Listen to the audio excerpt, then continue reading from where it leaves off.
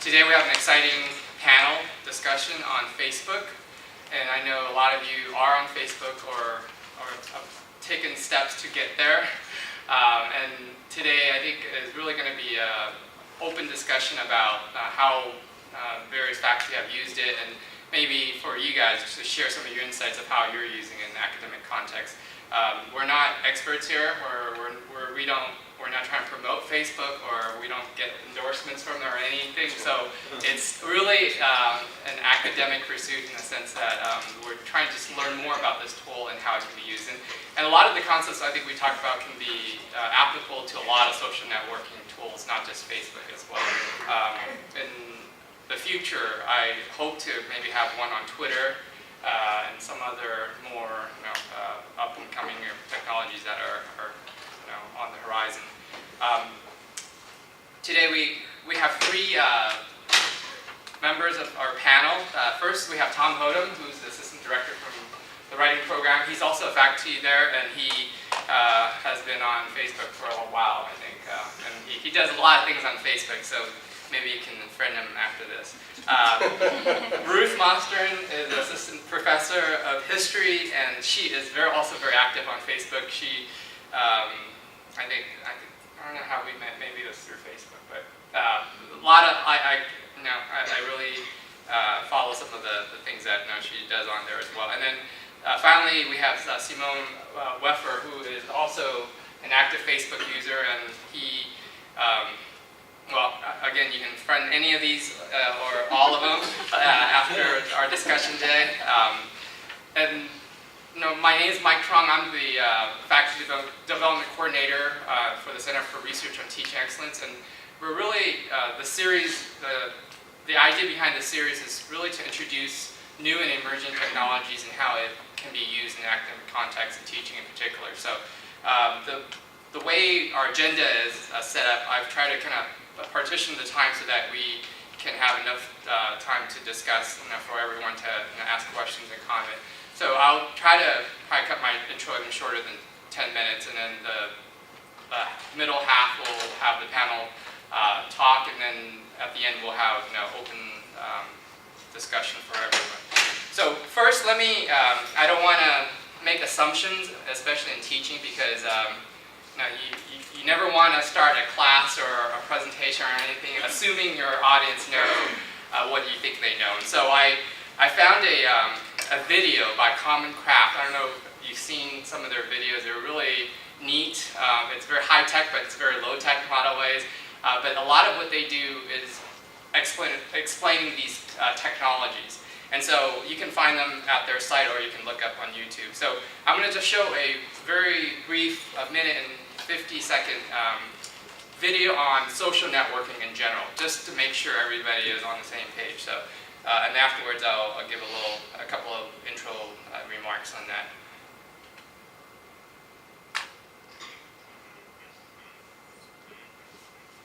Networks get things done. Whether it's sending a letter or lighting your home, networks make it happen.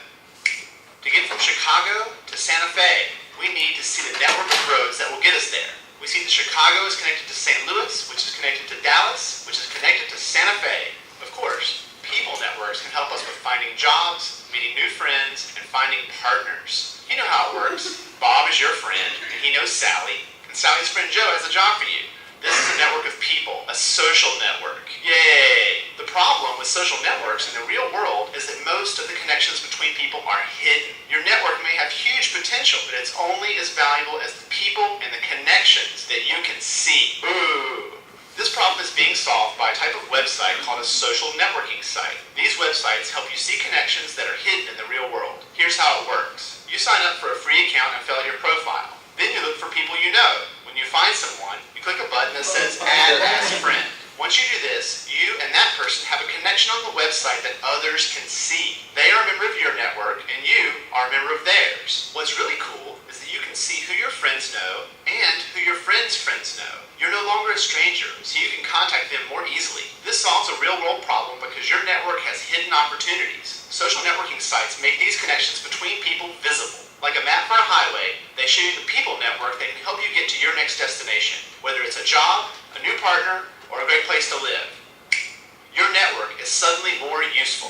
You can get started at these sites: LinkedIn, Facebook, and MySpace. I'm Lee Lefevre, and this has been Social Networking in Plain English on the Common Craft Show.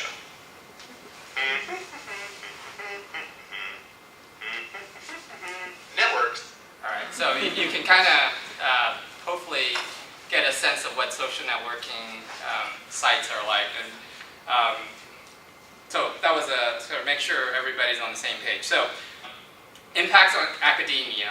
This is just a very quick search I did on Chronicles of Higher Education, also from Inside Higher Ed. There are a lot of articles recently, I'd say within a year or so, of Facebook and how it's impacting higher ed. And here are just some of the themes that they've hit in helping improve retention and motivations of current students. That's something that is big. I think Tom will allude to some of this, the whole idea of when you friend a student, that will make a connection that will be important in helping that student stay and continue to with their education here.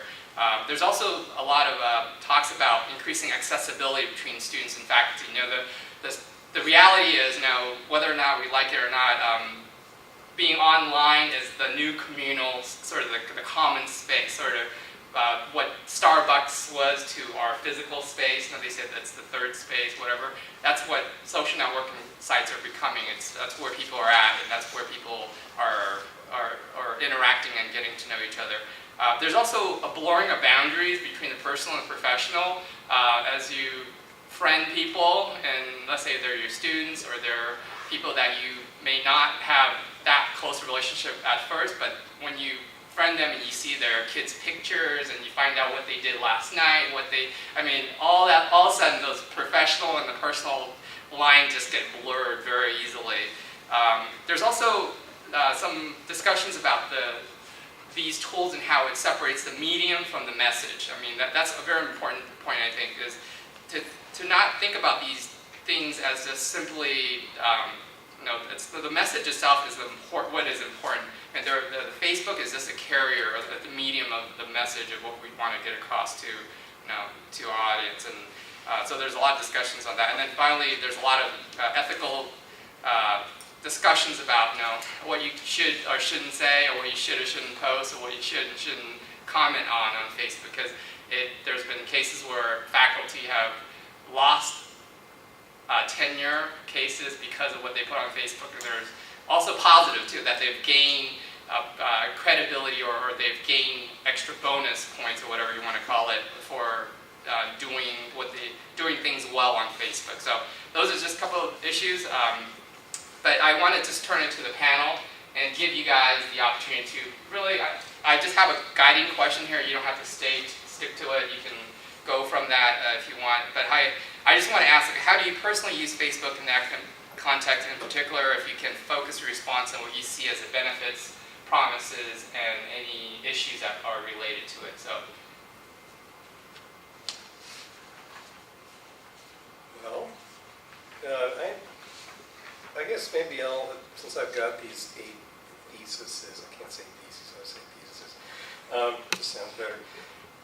Maybe I'll give it a go here, but I'll start by mentioning that I don't use Facebook to teach. It's more part of a bigger picture kind of thing, and it's something I haven't consciously sought to do, to say, all right, I know my students are on Facebook, I'm on Facebook, I'm going to actively get everybody in the same place. It's something that's happened much more organically.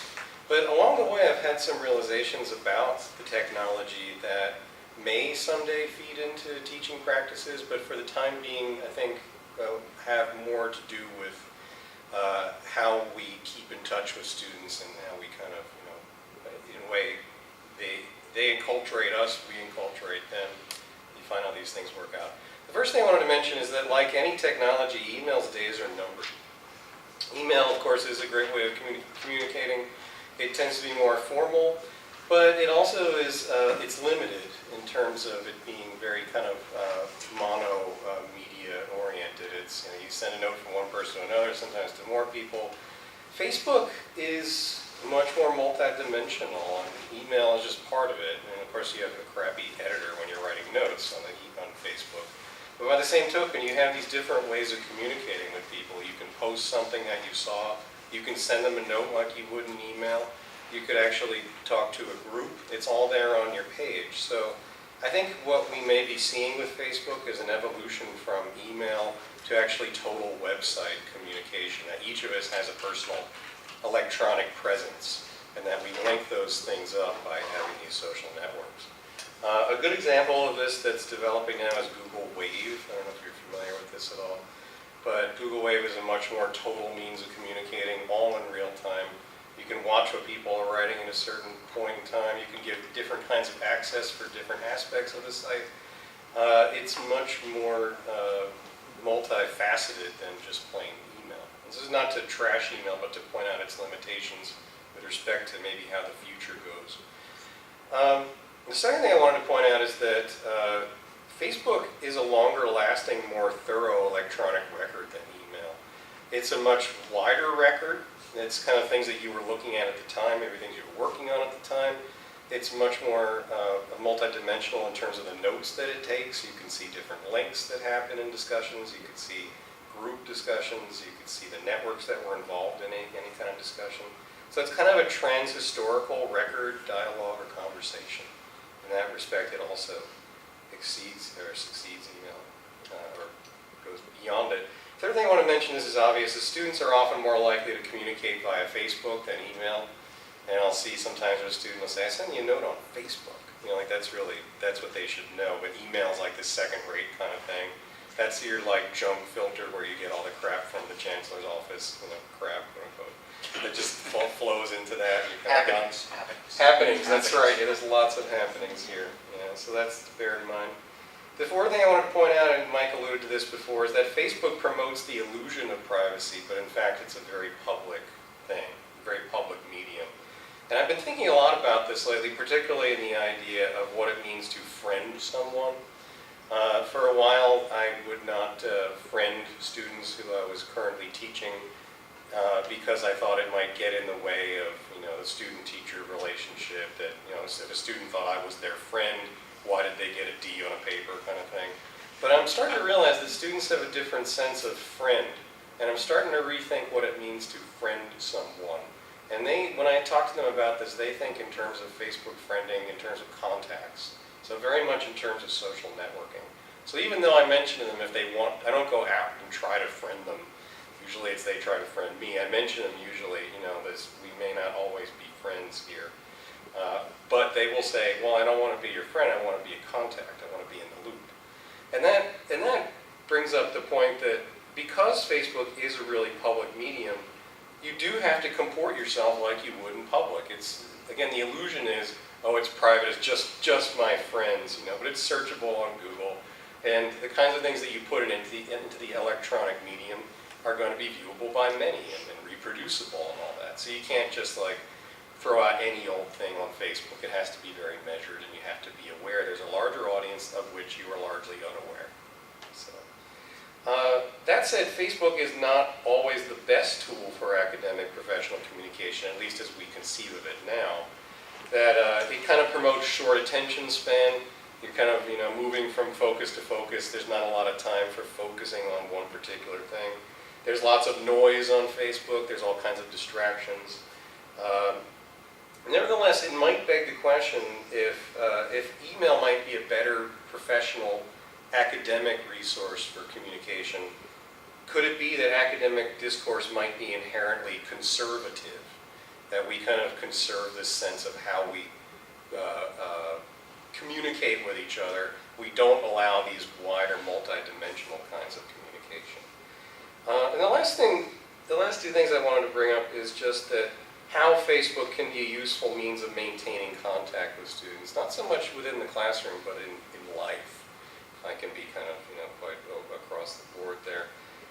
For one thing, it's a way of observing friendships. You get to see your network evolving, and you start to see these connections among students that would never happen anywhere else, but a place like UC Merced and a place like online.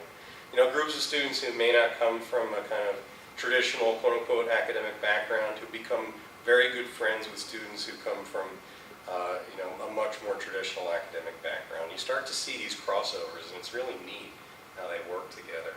The second thing, which is of this, is kind of more important to me, is the idea of enculturation or exposure. That having these different pages that we look at is a way of bringing us all into each other's thinking. So I'll note like students that friended me 2 years ago who were then sharing, I don't know, like breakdance videos. I'm seeing they're now sharing like New York Times articles on their page. You know?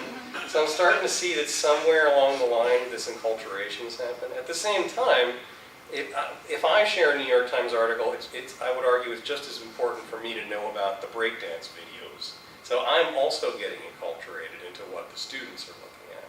And the last thing, this sounds really dorky, but you can kind of observe their maturation as they do this as a result. You can see how they've come along. You'll get this real kind of mousy student in the back of the class, and I was actually one of these in college. So I went to a giant state university where I was very much a number, never spoke in class, smallest class with 40 people. And I think a network like this might have brought me out of the woodwork more and actually give me another opportunity to converse. So the last thing I'll point out is that all of this said, Facebook, although it seems like what you do as a friending thing online, informal, is actually a tool. And you really have to think about how you use it as a tool with yourself, with your students, with the wider public. So that's all.